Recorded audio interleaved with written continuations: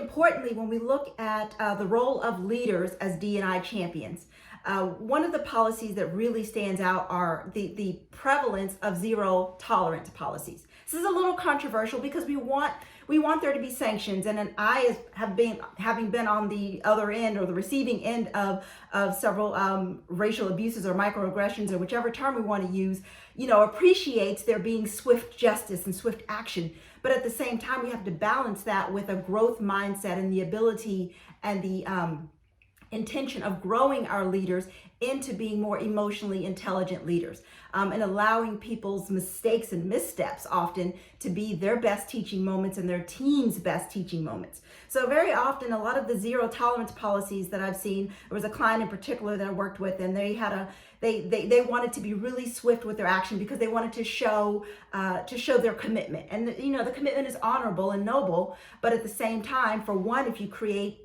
such an environment of fear, then you don't have people operating from their authenticity.